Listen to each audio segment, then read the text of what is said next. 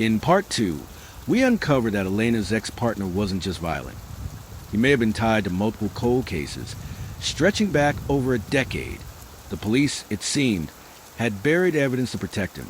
And just as investigators closed in, a mysterious cassette tape surfaced. A man's laughter. A woman's screams. Now the question is, who sent the tape and what dark secret does it reveal? The cassette arrived at the office of Maya Clarke, a local investigative journalist. She'd been covering the case since the 911 audio first leaked. The package had no return address, just her name, scrawled in shaky handwriting. On the tape, a voice, unmistakably male, laughing cruelly. In the background, muffled pleas for help. The screams were cut short by static. Forensic experts confirmed the tape wasn't from Elena's call. It was recorded on equipment that hadn't been manufactured in years, which meant it could be linked to one of the cold cases. But why send it now? And why to Maya? Please comment where you are watching us from, and don't forget to like, subscribe, and turn on notification.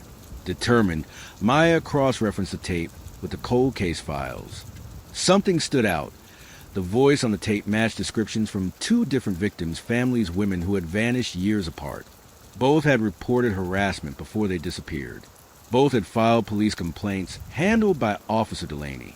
Maya's gut told her the ex-partner wasn't working alone.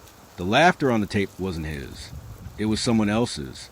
Digging deeper, Maya interviewed retired officers, victims' families, anyone who would talk. A chilling thread began to form. Whispers of an informal brotherhood inside the police force. Men who cover for one another, dismiss victims, and turned a blind eye to violence. The ex-partner may not have been a lone predator. He may have been connected to something bigger, something organized. And then Maya received another package. This time, not a tape, a photograph. It showed the ex-partner, standing outside a diner, his arm around none other than Officer Delaney. Both smiling, both relaxed. The timestamp on the back? Just 3 weeks before Elena's attack. The discovery changed everything. The ex-partner hadn't disappeared alone. He had help, maybe even protection. That night, Maya's phone buzzed with an unknown number. She hesitated, then answered. A distorted voice whispered, "You're looking in the wrong place. He's not hiding. He's hunting. And you're next." Maya froze. The phone pressed tight to her ear. The voice was calm, almost casual, but carried the weight of a death sentence. Before she could respond, the line went dead. No trace of the caller. She checked the call log, unknown number. No return call possible. Her hands trembled as she scribbled the words down in her notebook, a habit she used to calm her nerves. Not hiding. Hunting. You're next. Maya was used to threats. Reporters covering corruption often were. But this one felt different. This wasn't a warning to stop. It was a promise that the predator was still active. And worse, he knew her name. The next morning, Maya drove to Elena Ramirez's temporary safe house. Security guards watched the property, assigned after public pressure forced the department to offer protection. Elena opened the door slowly, her face pale, her eyes shadowed by weeks of sleepless nights. Maya played the tape for her. The moment the laughter filled the room, Elena's expression changed. She shook her head. "That's not him," she whispered. Maya leaned forward. "Not your ex." "No," Elena said firmly. "I know his laugh. I lived with it for years. This is someone else." The words chill Maya. If Elena was right, then the predator wasn't just her ex-partner. There was another man involved. Possibly more. That night, Maya spread out every file she had across her small kitchen table. Missing persons, cold cases, complaints filed against the department. Dozens of stories. She circled one thing in red ink: timing. Each disappearance happened within weeks of Elena's ex-partner being reported or investigated. It was as if each complaint triggered another act of violence. But there was more. In nearly half the cases, the women had reached out to police beforehand. And in almost every single one, the responding officer had been Delaney or someone connected to his shift. This wasn't negligence. It was a pipeline of silence. Victims cried for help, the department laughed them off, and predators were given free rein. Maya leaned back in her chair, overwhelmed. If she was right, She wasn't just chasing a single abuser. She was staring into the mouth of a network that thrived on power, secrecy, and fear. At 2:37 a.m., Maya woke to the sound of glass breaking. Her heart thundered as she reached for her phone. She whispered into it, dialing 911. But the irony wasn't lost on her. Could she even trust the line that had failed so many others? She crept toward the kitchen, phone in hand, careful not to breathe too loudly. The floorboards groaned under her weight.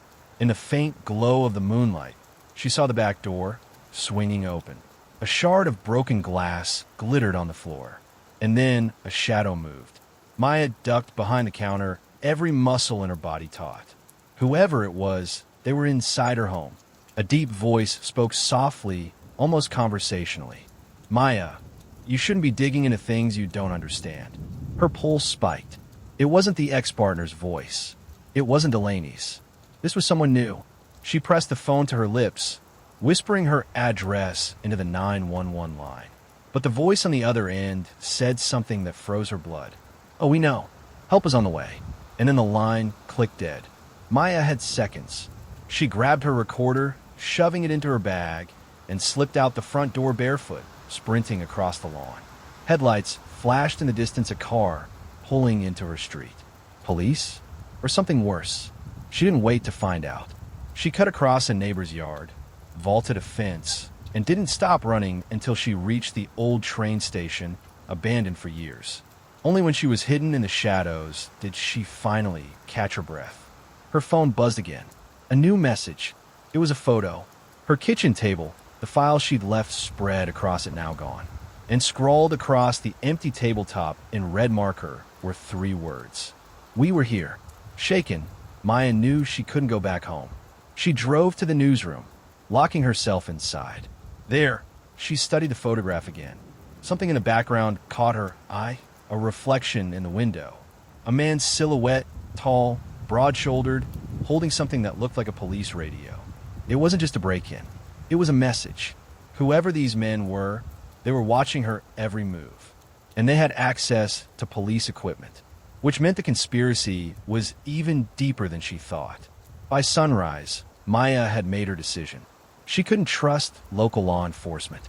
She needed outside help from federal investigators, or maybe someone from the victims' families who still wanted justice. She pulled out her laptop and began typing an expose draft.